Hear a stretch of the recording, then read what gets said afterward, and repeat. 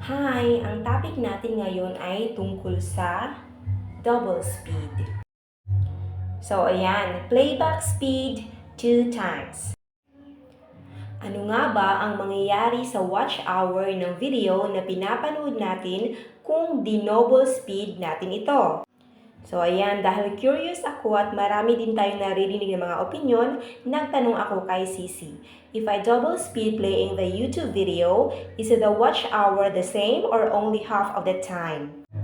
Ito naman yung sagot niya. If you double the speed of the YouTube video, the watch hour will be half of the original time. So, ibig sabihin, magiging kalahati na lang ang oras ng video ng pinapanood natin kung dinoble speed natin ito. Ito pa, here's why. Watch time is measured in hours.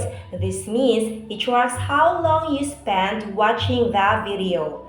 Doubling the speed means you watch the video twice as fast. You finish it in half the time. Therefore, the watch hour will be half of the original watch hour. Ibig sabihin, magiging kalahati na ng oras sa original time ng video ang watch hour na makukuha nito kapag dinoble speed natin ito sa pag-watch. For example, if a video is 1 hour long, watching it at double speed will take 30 minutes. You'll have 30 minutes of watch time, which is half an hour. So, yan ang sinabi ko kanina na magiging kalahati na lang ng oras sa original time ng video kapag dinoble speed natin ito sa pag-play.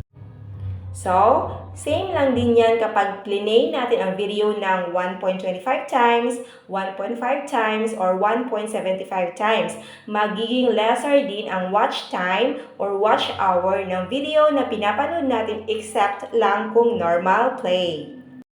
So, ayan, if you learned something in this video, please like, share, comment, and subscribe. Thank you!